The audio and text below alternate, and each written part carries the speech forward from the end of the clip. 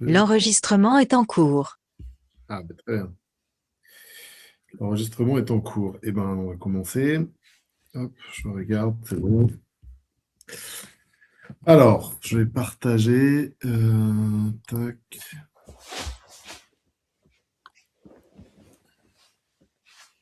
Est-ce que vous voyez ce que je... Oui, Oui? très bien. Et là aussi, est-ce que c'est passé en plein écran ou pas? Ouais. Oui? Je vous vois pas en tout cas. Je sais pas si vous me dites oui ou pas, mais j'espère que vous voyez du coup en plein écran. Oui. Oui, oui. Ok, merci. Donc bonsoir à tous. Bon, premièrement, Olivier m'a demandé de participer autour de l'architecture et de la question donc transversale à ces différentes lectures du soir là, de l'héritage vu sous le prisme de l'architecture et de la ville contemporaine. Titre, donc le titre étant Héritage et transformation dans l'architecture et la ville contemporaine. Titre un peu pompeux que je vais essayer de dédramatiser. J'ai essayé de rendre cette lecture la plus simple et la plus pédagogique possible, décomposée un peu en trois parties. Une première qui va un peu parler de Marveil, vraiment la maison, de l'attachement esthétique que je peux y avoir, assez subjectif, un peu de son architecture et de quelques anecdotes. Sur la question de l'héritage, en gros, je vais brosser une rapide traversée du siècle qui nous sépare de la dernière grande évolution architecturale de Marveil, qui nous sépare en tout cas de cette. Donc voilà, en gros, un petit parcours du XXe siècle juste pour situer un peu dans quel cadre un peu d'héritage on peut se situer dans une pratique contemporaine de l'architecture. Et après, je ferai une ouverture sur, la question donc, de ma pratique et de comment je travaille avec l'héritage et la question de l'héritage dans ma pratique d'architecte. Avant toute chose, je voulais mettre juste cette phrase qui m'a toujours pas mal guidé dans mon rapport, un peu en introduction, dans mon rapport à l'héritage. Et c'est donc cette phrase que je vais vous lire. À chaque époque, il faut tenter d'arracher de rechef la tradition au conformisme qui veut s'emparer d'elle. C'est une phrase de Walter Benjamin qui a écrit sur le concept d'histoire, je crois que c'est dans ses derniers moments, en 1940. Le conformisme étant pour lui une forme du totalitarisme. Et je trouve que c'est une phrase assez intéressante parce que, en fait, à chaque époque, eh ben, c'est vrai qu'il y a cette lutte entre qu'est-ce que l'on doit garder et qu'est-ce qu'il ne faut pas garder, pas juste pour. Enfin, que le conformisme nous fait garder à mauvais escient, en fait, à mauvais titre. Et j'aime. Et voilà. Et du coup, cette phrase de ce combat d'arracher la tradition au conformisme, donc de garder ce qui est positif, ce qui est la tradition, ce qui doit être prolongé, en fait, pour des questions d'histoire, pour des questions aussi. Voilà, et à juste une manière on doit refaire les mêmes choses, on doit continuer à faire comme ça a toujours été fait, qui est le conformisme. C'est une forme un peu plus douce, moi je trouve, de parler de la lutte un peu des classiques et des modernes, voilà, et je trouve que c'est une phrase qui est claire un peu plus, parce qu'elle parle quand même de conserver des choses aussi. Ça, c'est une image donc de Marveil.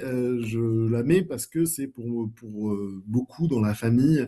C'est un peu un mythe familial c'est l'état un peu rêvé de Marveil avec cette très belle balustrade en pierre, ces toits en tuiles, cet air un peu je sais pas comment dire, de pavillon de chasse du sud, enfin, italien presque. C'est vrai qu'elle a quelque chose de très beau. Et néanmoins, voilà, donc il y a cette évolution majeure qui arrive donc au début, au tournant du XXe siècle. Et j'aimerais bien, du coup, la questionner par rapport à justement ces questions la resituer peut-être aussi un peu dans les bouleversements aussi qui se passent dans cette époque-là et aussi le rapport qu'on peut y avoir qui ne doit pas être qu'esthétique. C'est vrai que si on ne le juge que esthétiquement, et ben peut-être que, en effet, le rapport enfin, l'état précédent est un peu plus élégant ou plus situé plutôt dans son environnement. Mais voilà, donc on y reviendra, mais je trouve que cette surélévation, en fait, elle a quelque chose d'assez passionnant en fait dans l'histoire de la maison. Et après, je voulais aussi, tant qu'on est dans les vieilleries et dans regarder ce qu'était Marveille, je trouve que c'est aussi autre chose qu'on oublie souvent, c'est que Marveille est une jolie maison, mais qui était aussi accompagnée d'un incroyable dessin de paysage que l'on retrouve là dans un état, en tout cas, d'une photo en 1942, avec toute une composition en fait autour de Marveille, avec une allée immense, mais aussi au plus proche des différents chemins, des courbes, des contre-courbes. J'ai essayé de les redessiner là, mais je trouve que tout à coup, en fait, la maison et les chais, eh ben, ils viennent se- s'inscrire dans une composition en fait beaucoup plus large et beaucoup plus intéressante aussi et belle. J'aime beaucoup ce plan, voilà. Et c'est géométrique, ça trace dans un grand espace, là, dans le paysage agricole ariégeois. Et il ne faut pas oublier aussi que c'est ces projets aussi, ces maisons. Et ça, c'en est un autre que peut-être vous reconnaîtrez, qui est Ligny, et qui est encore plus beau, moi je trouve, qui est pour parler un peu de ces maisons, mais aussi en fait que l'architecture est toujours une alliance avec le paysage et le dessin. Et là, il y en a une particulièrement probante. Je ne sais pas si depuis que je suis petit, moi j'ai toujours bien aimé cette courbe contre-courbe qu'on prenait toujours pour arriver.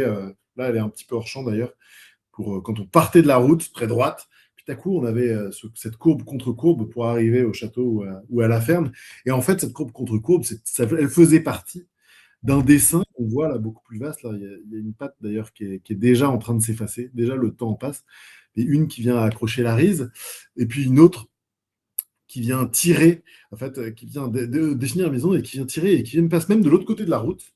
Et dont le dessin, là, si je le reprends, en fait, vient s'enrouler autour d'une autre ferme qui, je pense, était, vu le dessin et qui ne peut être que un fait humain et savant, et ben, qui ne pouvait que faire partie en fait de ce complexe. C'est la ferme, je crois, qui s'appelle Montagne. Bon, les gens qui s'y connaissent mieux peut-être me diront que ça s'appelle pas comme ça, mais je crois que ça s'appelle comme ça. Quand on passe, on disait ça en tout cas, qui est un peu sur le dessus.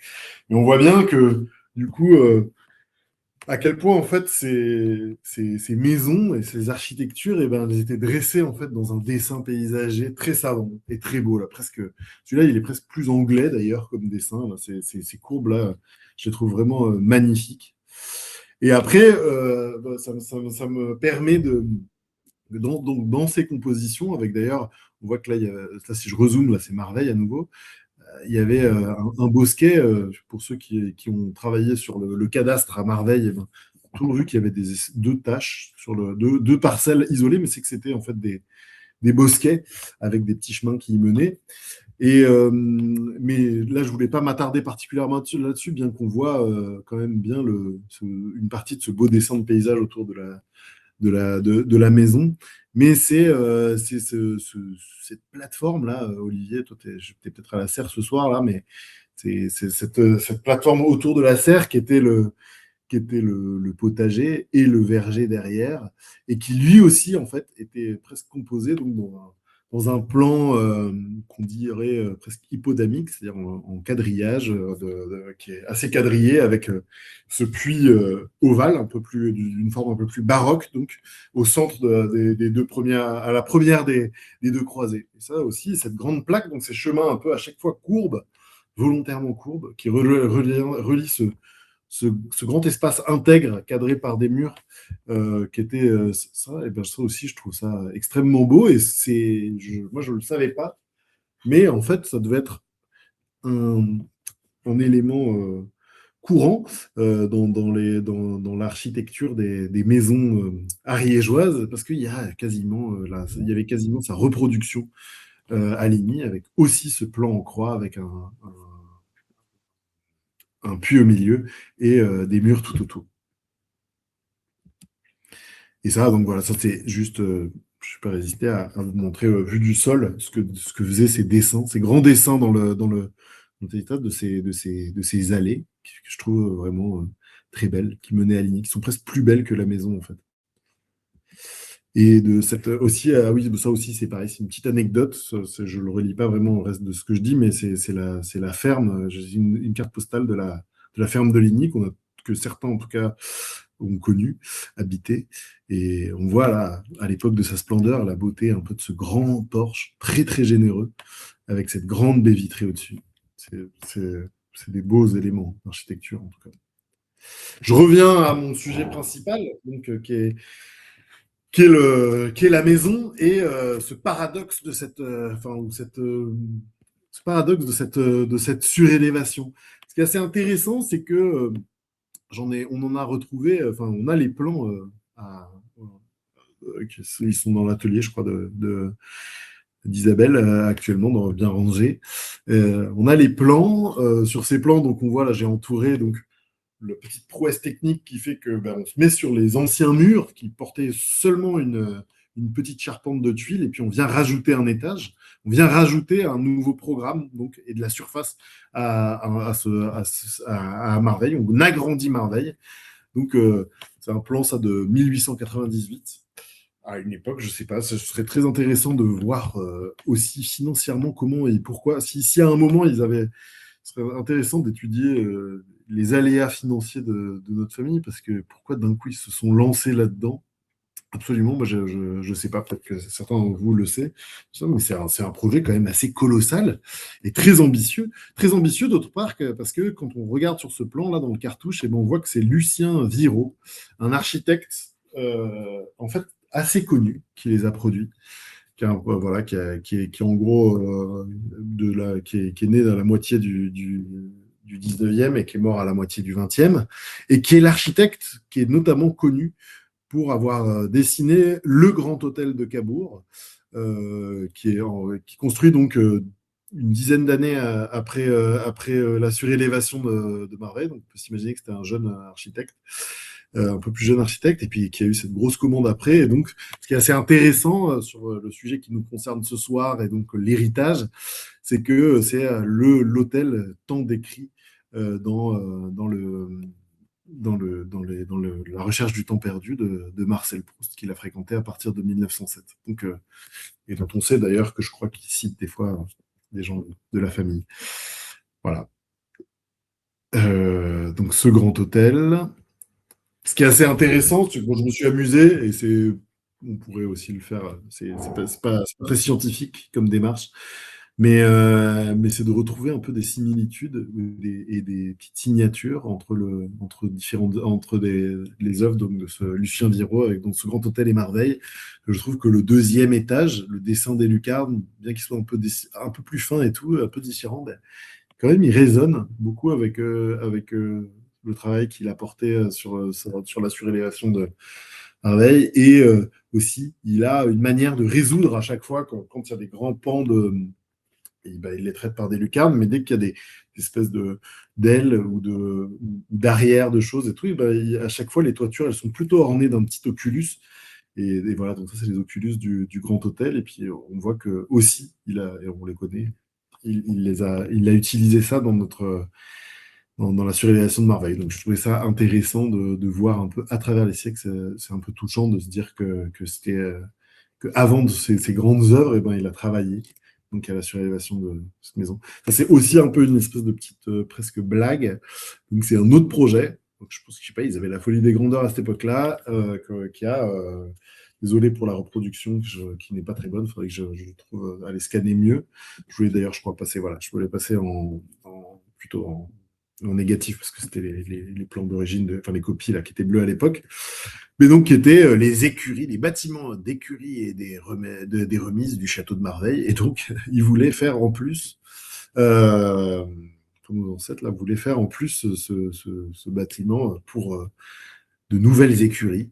Il n'est pas situé, donc c'est très étrange, mais on voit qu'une fois de plus, en tout cas, cet architecte avait un goût pour l'architecture plutôt normande et qu'il jugeait intéressant, en tout cas, de l'exporter ou que ce soit en France. Voilà, il a importé ça, là, il prévoyait d'importer ça à Marseille, donc ça aurait fait une folie un peu étrange. Qu'est-ce qu'on en aurait fait? Ça me pose une question, je me dis que forcément, ça aurait pu être, même si ce n'est pas très beau, enfin, ou c'est pas très situé, ben, peut-être que ça nous aurait donné d'autres possibilités, donc je trouve ça intéressant. Et donc, j'en reviens un peu au thème principal, c'est cette surélévation. Et ce que j'aime bien, c'est que du coup, cette surélévation qui a été faite, ce plan qui est de 1898, ce qui est assez intéressant, c'est que le passage du 19e au 20e, c'est en fait la révolution de l'usage sur le dessin. En architecture. L'architecture était une architecture composée et le XXe siècle s'est attaché à rendre l'usage visible dans l'architecture. Je vais le développer. Et je pense que d'une certaine manière, eh ben, cette surélévation, elle participe ou elle compose, elle participe à ça. En fait, c'est l'usage qui a primé sur le dessin du bâtiment. On a voulu rajouter, on a voulu être plus généreux. Et ça, c'est assez important. Et en effet, que ferait-on sans cet étage supérieur, sans cette coupe, sans ce travail mis en place? Je ne suis pas sûr que la SCI existerait si cet étage n'était pas là, si il n'avait pas donné tous les possibles, cet espace de possible. En plus, comme il n'a jamais été véritablement fini, c'est un grand espace de possible, c'est un grand espace de liberté pour nos enfants. Tout le monde connaît les dessins sur les murs qu'il y a là-haut et toute la beauté un peu d'appropriation qui est possible grâce à cet espace et où l'usage, en fait, est possible. Parce que le reste est un peu plus classique quand même dans cette maison. Et ben là, on a une capacité d'appropriation dans cet endroit-là. Et donc, vous excuserez peut-être s'il y a mes cousines ou mes tantes architectes, ce très rapide portrait un peu de l'évolution du 19e au 20e que je voulais recadrer un peu pour appuyer mon propos et que ça va aller très vite. Et donc, vous qui connaissez, eh ben, je suis désolé pour les imprécisions déjà et pour le côté un peu très succinct. Au milieu donc, au début là, de la vie de Lucien Viraud, eh ben, il commence il naît dans les travaux d'Haussmann, cet architecte. Et les travaux d'Haussmann, eh ben, c'est la démolition d'un patrimoine médiéval à Paris, et puis de toute époque dans toute la France, parce que c'est pas que à Paris, les travaux d'Haussmann, mais pour le remplacer par des bâtiments qui sont modernes et qui parlent aussi de, d'hygiène, d'une nouvelle manière de vivre, mais où, en tout cas, le paradigme de cette époque-là, donc du 19e siècle, c'est l'usage du bâtiment se plie à la forme que doit avoir la ville. La société, en somme, prime sur l'individu. C'est-à-dire que vous ne pouvez pas définir tous les bâtiments se ressemblent, toutes les ouvertures sont quasiment les mêmes. Vous ne pouvez pas définir ce qu'il y a derrière ces façades qui sont très unies, très opaques. Et c'est pour ça qu'on parle vraiment, c'est une architecture de société. C'est-à-dire que avant toute chose, on doit exprimer un ordre et une harmonie de la société. C'est ce qui donne toute la beauté de l'architecture haussmannienne. Mais voilà, qui du coup contraint derrière ces façades. C'est une pensée très que presque maintenant on a du mal à imaginer, mais vraiment l'extérieur, la société, ce que l'on donne à la société était plus important que l'intérieur, comment on vit à l'intérieur. Et donc on voit là sur un bâtiment comme celui-là, ben voilà, un enchaînement de fenêtres qui sont à peu près toujours les mêmes, et derrière, en fait, des pièces qui changent. Et ben, il y a une partie toujours nuit dans les bâtiments haussmanniens et une partie jour, et que ce soit un salon, une chambre, une salle de bain, un cabinet de toilette, une salle de réception, ben, toutes sont cachées derrière sont illustrées, sont derrière cette façade qui prime sur ce qui se passe à l'intérieur. Et à l'inverse, en fait, et donc c'est le XXe siècle, et donc c'est à l'aube de ça, C'est un dessin que fait Le Corbusier en 1914. À l'aube de ça, et ben, tout à coup, et ben, il y a des architectes qui disent que l'usage, enfin, que la forme doit suivre la fonction. Ça, c'est Sullivan, c'est même avant, mais que l'usage doit d'abord guider l'architecture. Comment on vit, et donc, comment on vit doit guider l'architecture. Et donc, quand Le Corbusier, en 1914, c'est vraiment pas longtemps, vous voyez, après le 1907, donc l'hôtel de Cabourg, et ben, il dit, en fait, c'est ça l'architecture. D'abord, c'est qu'est-ce qu'on peut en faire. C'est ce potentiel. C'est une structure, comment on passe d'étage en étage. Et après, en fonction de ça, en fonction de comment on remplit cette maison, là, maison domino, qu'il appelait, et ben, après, on compose une façade. Mais une fois qu'on a composé, et cette façade, elle doit être en lien avec ce qui se passe à l'intérieur. Et d'ailleurs, c'est intéressant parce que de ce que vous voyez tout à l'heure, avec presque une architecture qui ne se pense que par l'extérieur, et quand on l'a représentée, on ne l'a représentée que par l'extérieur, et bien tout à coup, les architectes, ils commencent à ne représenter presque que l'intérieur de ce que ça peut donner. Donc, à gauche, vous voyez, donc ça c'est un plan, ces deux images encore de Le Corbusier, mais de comment on va vivre en fait dans les bâtiments. Et c'est remettre l'individu, c'est l'inverse, c'est la forme de la ville et de l'architecture se plie à l'usage plutôt du bâtiment. D'abord, on pense comment les gens, et donc ça c'est vraiment la révolution du XXe siècle, comment l'individu prime sur ce que on doit afficher à la société, comment je vais vivre à l'intérieur. On voit cette terrasse, puis on voit au loin un bâtiment qui est le même en fait que celui dans lequel on est, et il est presque abstrait, il devient presque rien, et parce que en fait c'est comment on va vivre à l'intérieur. Voilà. Et tout à coup, les représentations de l'architecture, elles deviennent intérieur vers l'extérieur. Et donc, c'est voilà, cette grande révolution de l'usage. Et en fait, ça, c'est encore un dernier projet de ces grands projets un peu du XXe siècle. C'était un projet pour Alger qui n'a pas été fait, mais vous voyez, là, c'était carrément une espèce d'immense structure. Donc, c'est le plan obus. Et à la fin, en fait, cette structure, elle a un grand dessin, mais en fait, elle n'est composée que de 1000 manières d'habiter, d'usage. Vous voyez, la composition faite de la façade est presque comme une espèce de ville, en fait, ou comme une ville, je veux dire, dans le sens presque vernaculaire, quoi. Chacun le construit en fonction de ses besoins dans une espèce de grande structure commune. Mais l'architecture, donc, qui est exprimée, c'est comment, en fait, on vit à l'intérieur de ces structures. Et ça, après, bon, j'ai juste ouvert sur la suite et des gens qui ont rêvé à des projets où encore plus l'usage devient, donc les structures deviennent de plus en plus théoriques et après, on empile presque des manières d'habiter très différentes. Et voilà, ça, c'est des penseurs des années 70. Mais donc, ce qui est assez important, c'est voilà, ce basculement du 19e siècle de l'individu enfin, que le bâtiment doit représenter la société plus que comment on vit à l'intérieur, à l'inverse. Et la fin de ce 20e siècle, plutôt la deuxième moitié, enfin, ouais, à partir des années 70, ben, se développe, en gros, et jusqu'à maintenant, ce, ce, ce système un peu hybride qu'est le pavillonnaire et qui n'a un peu ni l'un ni l'autre, qui a tout l'individualisme d'une architecture pensée pour, par rapport aux gens et leur envie, et tout en même temps le conformisme de ce que l'on doit adresser à une société, un truc très rangé, très classique, et sans toute la liberté, ou sous toute la réflexion de comment doit-on vivre voilà, dans une société contemporaine, qui est toujours la question un peu que se pose l'architecte. Donc je remets cette phrase, quand moi, donc, donc Marveille est à la charnière entre ces deux mondes.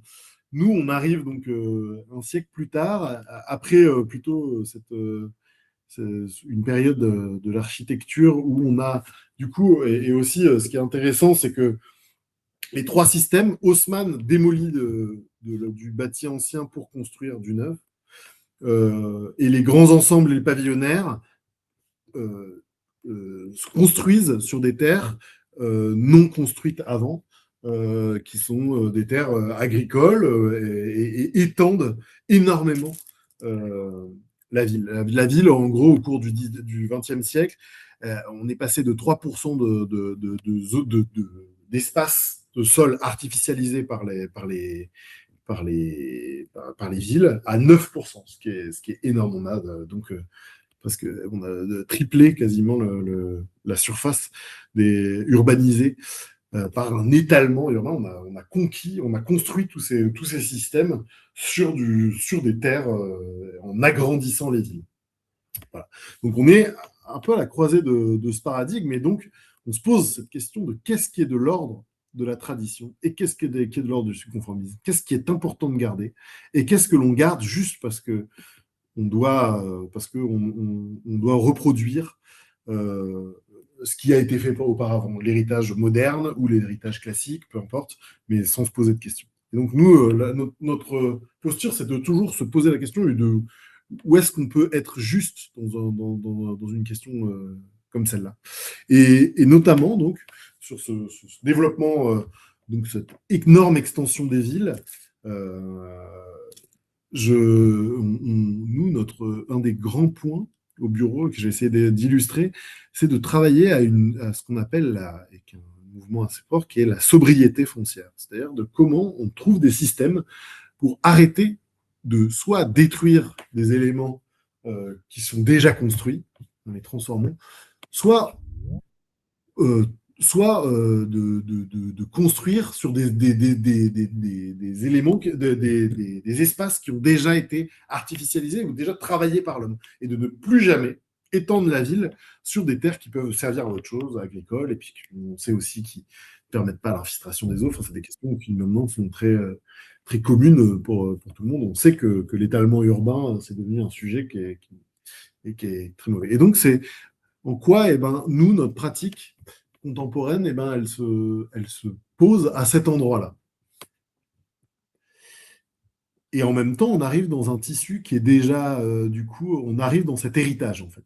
Et donc, je vais vous présenter deux projets qu'on a travaillés, qui sont deux un peu manières très différentes de traiter avec cette question de la sobriété foncière et en fait du patrimoine, enfin, ou de ce qui est déjà là, en fait, parce que pour moi, tout est a une forme de patrimoine. Et donc, ce premier projet, c'est un projet qu'on a mené à Montjustin. C'est un projet de 4 logements sociaux. Je vois que il faut que j'accélère un petit peu. Je ne vais même pas d'ailleurs vous commenter l'architecture, parce qu'en fait, ce qui est intéressant, bon, c'est un petit village du fond du bout du Luberon, pas loin de Fort-Calquier. Voilà, qui est là sur une crête très jolie, et qui est un village qui a été complètement abandonné, comme plein de villages de campagne, surtout dans ces terres qui étaient très arides au cours du 19e et au début du 20e siècle, pour arriver jusqu'en 1900, dans les années 60, 50, 60, avec, je crois qu'il n'y avait plus qu'une personne qui habitait. Et bref, ce village, il a été repris notamment par pas mal Jean Giono et puis pas mal de gens autour de lui. Il y avait Henri Cartier-Bresson et puis il y avait plein d'autres personnes qui prônaient un retour à la terre et qui ont commencé à retravailler et à reconstruire et à rebâtir et à refaire vivre ce village. Voilà. Et ce village, en fait, il s'est rebâti, en effet. Il a toujours été beaucoup plus dynamique que tous les autres villages du coin. Il reste très, très, très petit, mais il a toujours eu une brasserie, enfin, il a toujours eu un espace associatif très important, mais néanmoins, la population a vieilli. Il y a quand même des petites résidences secondaires qui se sont installées, hein, on les reconnaît avec leur piscine, et qui avaient moins ces ambitions un peu sociétales pour le village. Et donc, le maire nous a appelés pour dire, bah, en fait, nous, on aimerait bien faire 4 logements sociaux. Donc, c'est énorme pour un petit village qui a une vingtaine d'habitants l'hiver et 80 l'été, quoi. Donc, 4 logements sociaux sur cet espace-là qui est entouré en rose, pour redynamiser un peu et pour cueillir des jeunes qui reviennent, et puis qu'on continue d'être dans cette posture de refaire vivre, en fait, et de ne pas mortifier ces campagnes ou de les faire vivre, mais par des gens qui y vivent, et qui était vraiment l'idée à la base du groupe autour de Jean Genot. Voilà, bon, après, on a fait tout un travail beaucoup très participatif, donc ça c'est un premier volet, mais que je ne vais pas détailler ici parce qu'il concerne un petit peu moins, mais le sujet qui est l'héritage. Et en fait, on est arrivé dans ce territoire et en fait, vous voyez, on doit faire des logements sociaux à un endroit qui est un tissu du Moyen Âge et qui, en fait, a une architecture quasiment unique depuis et qui est faite avec les pierres que les gens glanaient dans leurs champs et sur toute la crête, et qui est une architecture qui est très significative de là-bas, mais néanmoins, en fait, qui est très difficile à reproduire d'une manière contemporaine, parce que de toute manière, la posture de juste imiter cette architecture, elle est un peu étrange comme phénomène intellectuel, justement, est-ce qu'on est dans le conformisme, est-ce qu'on est dans la tradition, et donc on s'est posé tout de suite la question de comment on va pouvoir intégrer ces éléments-là. De toute manière, on ne pouvait pas exactement faire cette architecture-là, parce que pour les logements sociaux, cette pierre-là, de la poser pierre après pierre, ça coûte une fortune. Avant, la main-d'œuvre coûtait pas cher et les matériaux un peu plus chers. Donc, ces petits moellons qu'on trouvait un peu partout, et ben, ça coûtait rien. Et par contre, ça prenait beaucoup de temps, mais la main-d'œuvre était pas chère. Et puis maintenant, en fait, le système s'est un peu inversé. Et donc, il fallait qu'on trouve un peu une autre manière de faire. Et donc, comment s'intégrer en fait dans cette place, dans cet endroit. Déjà, sur les questions de sobriété foncière, c'est un endroit qui a toujours été bâti historiquement dans le village. Là, si on voit, voilà, c'est cet endroit-là, là où il y avait ces maisons-là. Donc, c'était un endroit qui a déjà été bâti. On revenait un peu, donc c'était sur une friche, en fait, on bâtit. Donc, on ne bâtissait pas parce qu'à la base, les gens voulaient plutôt bâtir dans des endroits, les logements sociaux, dans des endroits plus simples, mais sur de la terre qui pouvait être agricole ou qui pouvait être n'importe quoi. Donc, on a déjà fait beaucoup de travail pour recentrer les choses comme ça. Et après, pour, se, pour trouver une manière de trouver un héritage, mais plutôt sur la manière dont les bâtiments étaient faits, plutôt que sur l'écriture architecturale, que de toute manière, on n'arrivait pas vraiment à imiter, parce que, voilà, pour des raisons intellectuelles comme économiques, et ben on s'est dit que ce qui était intéressant, par contre, dans un village comme celui-là, c'est qu'en gros, on a étudié les choses et que les ressources ne venaient pas de plus d'un rayon de plus de 100 km, en gros, historiquement, même, enfin, en gros, les éléments qui venaient le plus loin, c'était souvent le verre, ou je sais pas, mais en tout cas, c'était 3 jours de charrette. Et donc, un village comme ça ne s'est jamais construit avec des ressources qui venaient de plus loin que ça. Et donc, on s'est dit, bah, c'est un bon point de base pour faire l'architecture. On va d'abord faire un espèce de grand catalogue de toutes les ressources qu'on a. Et en fonction de ces ressources, eh ben, on fera un projet avec les contraintes techniques de chacun des matériaux, du bois, de ce qu'on trouve, et ça donnera forcément quelque chose d'une certaine manière juste en termes d'architecture, parce que intellectuellement, à la base, eh ben, elle respecte en fait le principe qui a présidé à la construction de ce village, une sorte d'économie de moyens et une hyper-localisation des matériaux.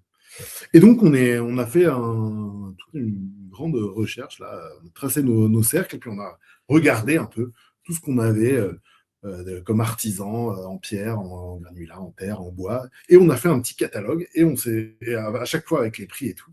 Et voilà, et on a composé le dessin de nos logements qu'on voyait au début, uniquement avec des matériaux qui venaient dans ce rayon-là. Après, on a fait ce petit fascicule, ce petit livre-là, qui détaille du coup à chaque fois. Donc, ça, c'est le matériau de la pierre sèche, avec les qualités et les, euh, et les inconvénients de ce matériau. Donc, ce que je disais, c'est un matériau qui est plus vraiment abondant en fait sur un site, et qui est assez coûteux parce qu'il a beaucoup de mise en œuvre. On en avait un peu, mais on en avait un peu sur place, donc on l'utilisait, mais on ne pouvait pas l'utiliser entièrement. Puis après, c'était intéressant. Après, on est allé voir En fait, maintenant, du coup, vu qu'il y a cette inversion de valeur, c'est que la pierre de taille, euh, et ben, en fait, demande beaucoup moins de manutention que la petite pierre. Et ben, en fait, cette pierre de taille qui était faite à la base pour faire des châteaux et des super bâtiments dans la région, et ben, devient moins chère que ces petits appareillages de pierre. Donc, c'était intéressant de le développer. Enfin, bon, bref, après, je vous les passe. Je passe un peu enfin, je ne vais pas tout détailler, ce petit fascicule. La terre cuite, qui malheureusement était un des plus grands une des plus grandes ressources de la région depuis les Romains enfin, depuis très longtemps, quoi, depuis l'Antiquité, et qui a quasiment disparu pour des questions de coût d'énergie. Le bois qui n'a jamais été vraiment très très développé, une filière très développée dans la région, mais qui en a un petit peu avec quelques essences du coin, là, épicéa, sapin, mélèze. Voilà. Donc c'est comme ça qu'on a, et après les fibres, ça c'est plutôt pour l'isolation, on a trouvé aussi cette personne-là qui est un producteur de riz qui c'est un déchet, la balle de riz, c'est ce qui entoure le grain de riz, et qui le traite comme qui en fait ces grandes balles et qui sert et qui est un super isolant et pas cher. Voilà. Bref. Donc je passe un peu rapidement sur la fin. Pour ça, c'est juste pour le petit retour, c'est que aussi on pense du coup, l'héritage, c'est aussi de penser l'architecture depuis l'intérieur vers l'extérieur. Toujours, moi j'ai commencé par l'extérieur vers la première perspective était de l'extérieur vers l'intérieur et ici de l'intérieur vers l'extérieur. Je passe à un autre projet, donc c'est assez rapide hein, sur mon pratique et je suis déjà en retard. Le projet de Consola, c'est la réhabilitation d'une grosse copropriété. Donc, le quartier de Consola Mirabeau, c'est dans les quartiers nord. Pour ceux qui connaissent Marseille, là, c'est le Vieux-Port, c'est dans un endroit assez reculé, au bord du port autonome, dans un endroit assez entre une super urbanisation et en même temps des grands parcs et des éléments assez beaux. Voilà. Et donc, il y a un héritage vraiment plutôt donc, du début de la seconde moitié du XXe siècle, très moderne, très moderniste comme ça, avec un plan assez beau comme ça, de deux barres en angle, tenues par une grande tour comme ça, et qui s'étale un peu comme ça, vous voyez, derrière des coteaux et des collines un peu part comme ça. Et voilà. Et donc c'est une copropriété qui malheureusement a eu un parcours, donc c'est pas du logement social, donc elle s'est paupérisée, quoi, et donc du coup, elle est dans un état qui ne sait, et donc avec des gens qui ne payent de moins en moins leurs charges, et dans un état qui ne cesse de se dégrader, et du coup, il y a un grand plan de l'État pour de la résorption de cet habitat-là, qui à la base est plutôt sur des questions de démolition, et que à chaque fois, nous, on essaye d'amener donc sur cette question de la sobriété foncière, de réhabilitation, de dire, ben, en fait, il y a des bâtiments qui sont là, la personne qui l'a pensé n'est pas non plus stupide. Et du coup, et ça, c'est voilà, c'est l'autre côté, l'image n'est pas très bonne, mais on a une super vue quand même sur la mer. Ces hauteurs qui sont un peu spécifiques du mouvement moderne et qu'on ne fera plus jamais, eh ben, elles ont quand même cette qualité, c'est qu'elles donnent des vues mer partout. Et donc, on est arrivé dans une posture un peu en disant, mais en fait, on va essayer de plutôt transformer ce patrimoine plutôt que de le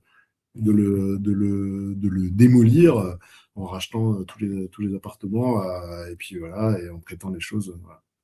Donc de plutôt essayer avec de l'argent de transformer. Donc, c'est les bâtiments, cette tour, et puis voilà, tous ces bâtiments assez composés aussi.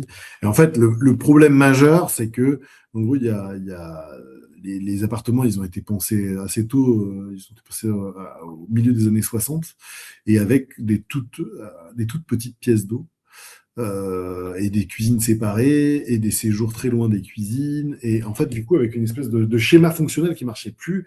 Et puis des T4, donc des quatre chambres qui étaient plutôt enfin, avec des typologies qui sont à chaque fois un peu plus petites, des T3 de 55 mètres carrés, des T4 de 70 mètres carrés, et qui correspondent plus exactement aux standards actuels. Et c'est pour ça aussi que les gens, ils ont beaucoup de mal à vendre et beaucoup de mal d'avoir un parcours au sein d'avoir un parcours qui valorise un peu ce patrimoine.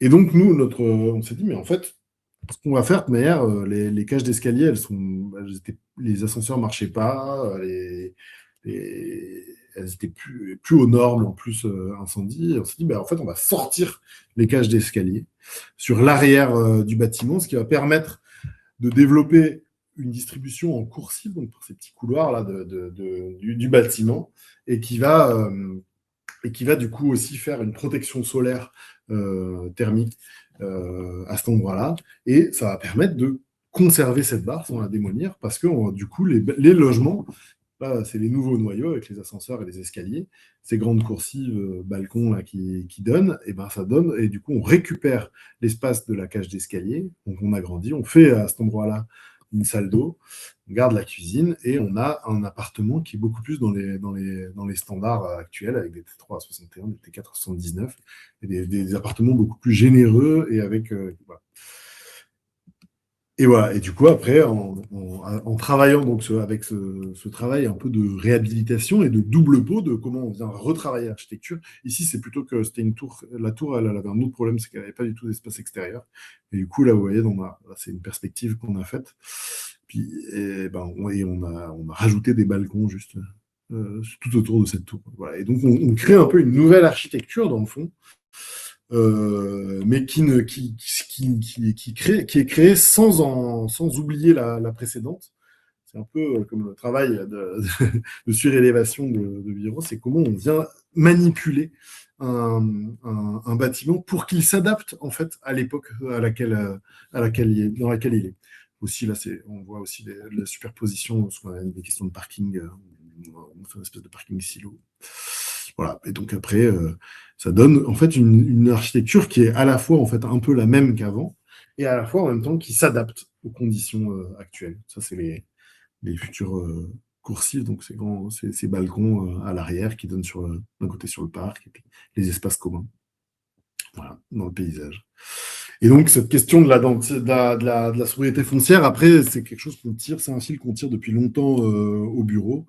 Et il y a deux autres sujets que j'ai bien sûr pas le temps de développer, mais on travaille beaucoup dans la densification des zones artisanales et commerciales, qui sont des zones qui sont beaucoup en mouvement et que je n'ai pas le temps de décrire ici, mais de comment on les fait évoluer et comment on les densifie, comment on utilise donc cet espace qui est déjà artificialisé pour construire des choses à cet endroit-là plutôt que de construire encore sur des champs de patates comme avant. Et la question des surélévations, qu'on a pas mal voilà, en pratique à l'agence et qui est directement lié à l'histoire de Marveille et que, je sais pas, on a livré déjà 2 là, sur l'élévation. Et après, ah oui, non, je terminais juste là-dessus, c'était un jour où je m'étais amusé. Et sur un peu la question de l'héritage, c'est que j'ai toujours été fasciné parce qu'il y a beaucoup comme ça en architecture dans les colonies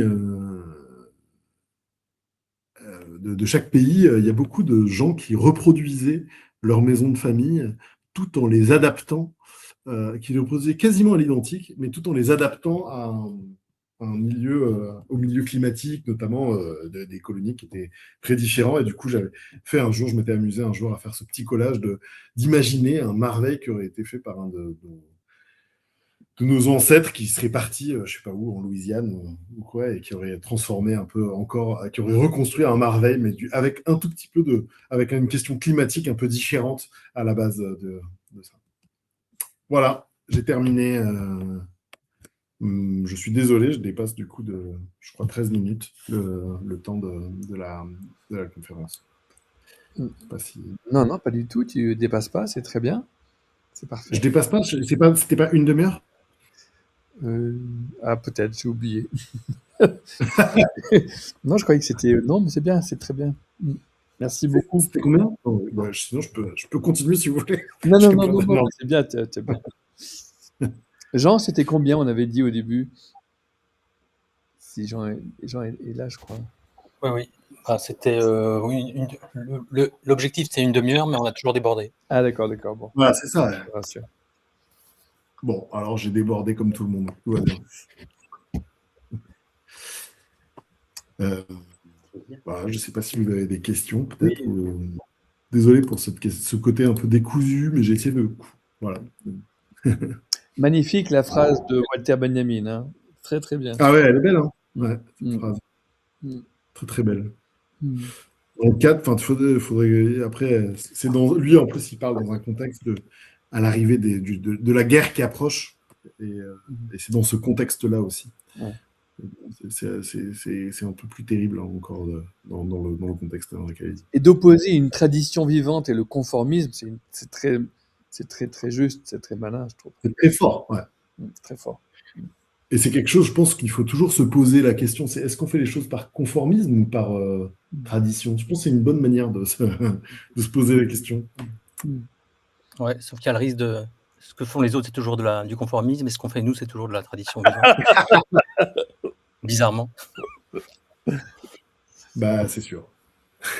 Mais c'est toujours un peu en même temps, se poser la question, je pense que c'est toujours une manière de lutter contre le conformisme déjà. Parce que le conformisme, c'est tellement quelque chose dans lequel on se glisse facilement, et puis on voit qu'actuellement, c'est de pire en pire.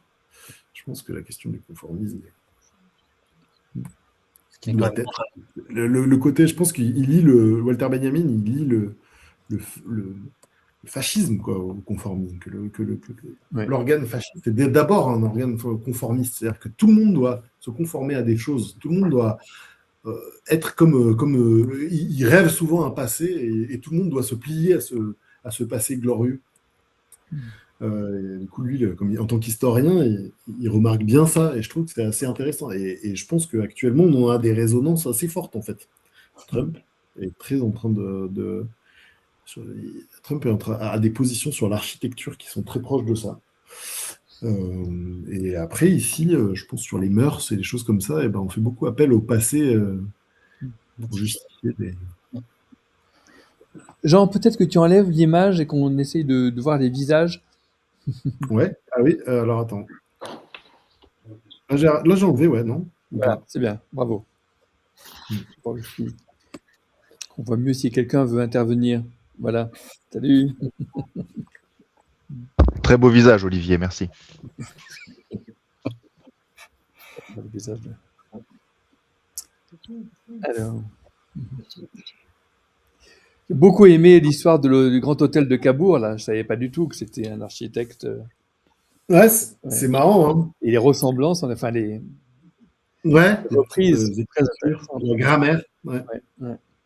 Et ça montre qu'ils étaient très connectés à l'époque. J'ai vu aussi chez les deux juges là, qui avaient Montesquieu, ils ont eux aussi, pour refaire leur château exactement à la même époque, 1900, qui refont au type Moyen-Âge, ils emploient un architecte, mais très coté, quoi. Je pense qu'il devait être très intégré dans une société très haute. Enfin, je pense que ça va aussi avec Bourdelle et compagnie, hein, mais ça montre qu'en tout cas, ils étaient à la pointe d'une certaine manière des gens qui comptaient dans un milieu artistique et voilà, dans un milieu de création. Et ils savaient à qui faire appel. Bon, après, lui... Pour répondre à tes interrogations sur pourquoi ils ont fait ça, la connexion Maurice et sa mère, Hélène de Pressac, Amé, qui avait, elle, pas mal d'argent et qui était assez moderniste. Et lui, Maurice, je pense qu'il était très relancé dans les cercles parisiens, etc. Je pense que c'est par lui la connexion avec l'architecte, puisqu'il était copain aussi avec une peintre, là, Louise Abéma. Il y a un portrait de lui. Ah oui, ouais.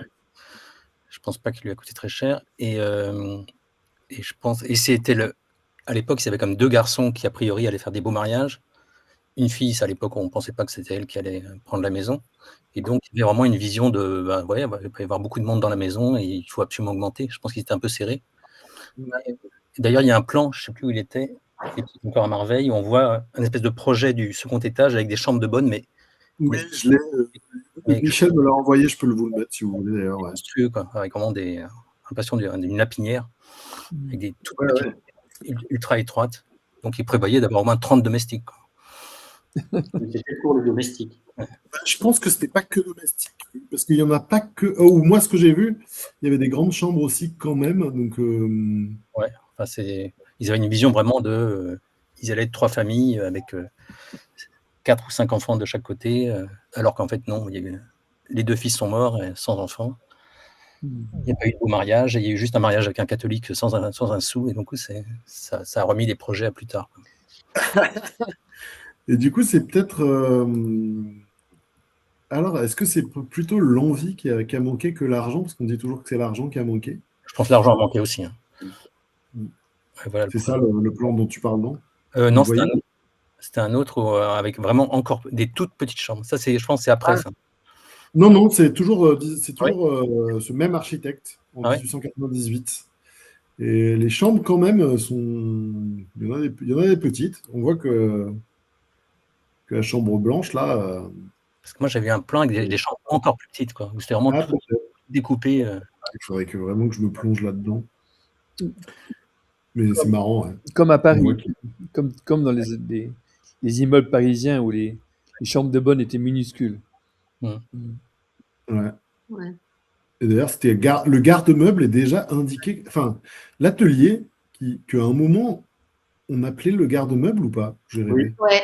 Oui, oui. Voilà, il est déjà indiqué comme garde-meuble, là, vous voyez, dans les plans. La pièce aux armoires, c'était aussi. Bah ouais, mais sauf que ça a bien été un atelier quand même, avec cette verrière et tout. La baie vitrée qu'il y a, ouais, je pense. C'était Pour moi, ça restait l'atelier. C'était pour l'un des frères de Mémé qui avait qui dessinait un peu, ou je sais pas ce qu'il faisait d'après la tradition. Ah oui. Ah, ok. C'était pour lui. Oh, ça doit. Ouais. Ouais. Et sur l'usage, est-ce qu'on voit des traces du fait que c'était un usage plutôt pour certaines périodes de l'année plutôt que d'autres, ou pas du tout, c'était vraiment fait pour tout le temps, pour être habité tout le temps? Sur les plans de merveille, tu veux dire? Oui. Ah non, ça, je n'arrive pas. Est-ce qu'on voit des traces d'évolution des plans de la maison qui correspondraient à un usage différencié selon les saisons? Selon les saisons, non. Selon les... Non, on voit très peu En fait, il y a très peu de plans, hein, surtout. Enfin, je sais pas, Jean, c'est aussi. Bah, Non, l'usage On a a pas changé oublié. avec la génération, quoi. Donc, et Mm. complètement. Donc, des fois, ils n'étaient pas là pendant une génération quasiment. Des fois, ils étaient là vraiment. Puis même tu vois, grand-père, il a eu plusieurs usages pendant toute sa vie, quoi. Donc, c'est assez différent. Et après, souvent aussi dans ces grandes maisons, l'usage, il était très.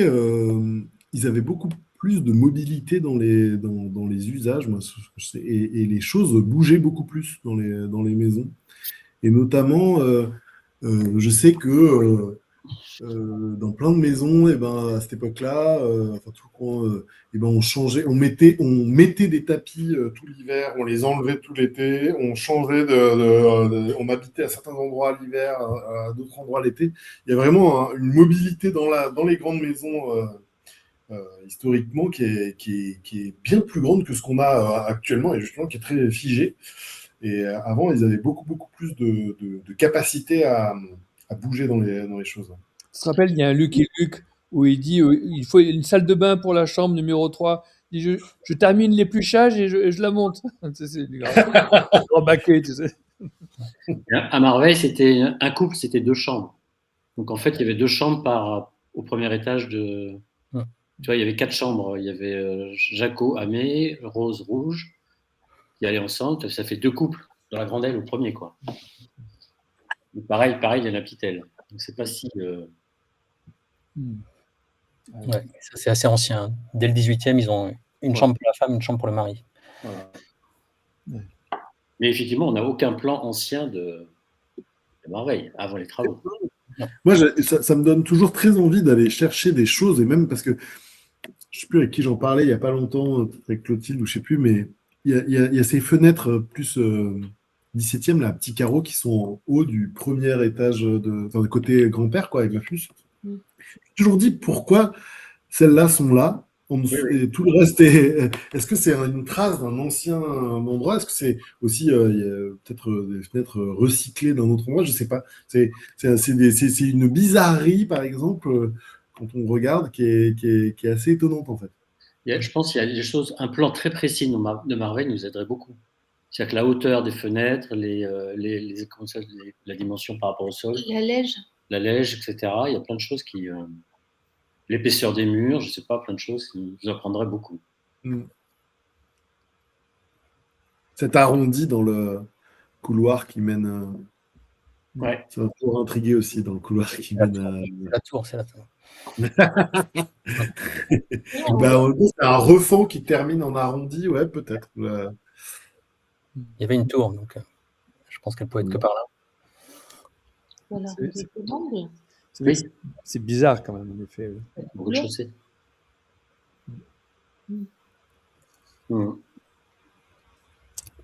Et après,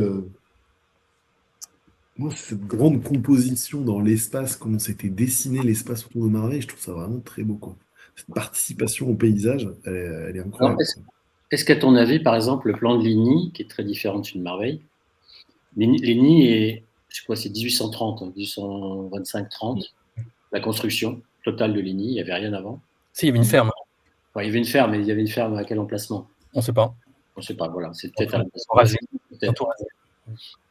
Mais c'est un truc, enfin, les platanes, c'est dès cette époque-là, enfin, c'est 1820-30. Mm. Est-ce que le dessin des chemins, etc., date de cette époque-là ou est plus récent? Je pense que c'est plus récent. Moi aussi, je pense, mais bon. Je ne sais pas. Ça a été racheté vers 1880, je crois. Attends, quand les Carroll l'ont repris, je pense qu'ils ont refait pas mal de choses. Et c'est vers 1880-90, il me On semble. a l'impression que ça fait partie de la composition quand même. Ouais. Moi, j'ai l'impression que c'est assez ancien, cette composition, Ouais, moi parce que vous voyez, elle trace jusqu'à Oh, mais les bâtiments de la ferme, ils sont. montagne, là. Moi, c'est surtout, ça m'a impressionné qu'en fait, elle traverse la route et qu'elle aille jusqu'à cette ferme-là. Ça, j'en suis Ça, pas c'est- sûr. Hein. Là, c'est pas sûr que ça traverse vraiment. C'est Ah, mais ça, moi, j'en suis sûr. Ça ne peut pas être, Montagne, ce c'est dessin-là, là, je peux vous le remettre, mais c'est. Ou alors ils ont refait le dessin sur un bâtiment plus ancien, mais ce qui est sûr, c'est que c'est un dessin beaucoup trop savant et beaucoup trop dans la même Mais composition. il y a la- Courbes qui n'ont pas de sens par rapport à. Enfin, les chemins vernaculaires ou plus anciens, eh ben, ils ne sont pas du tout dessinés comme ça. Tout autour, Et d'ailleurs, la ferme des Latteries, là, actuellement, elle fait partie de cette composition. Je peux le remettre hein, si vous voulez. Mais... il y a la topographie qui joue quand même.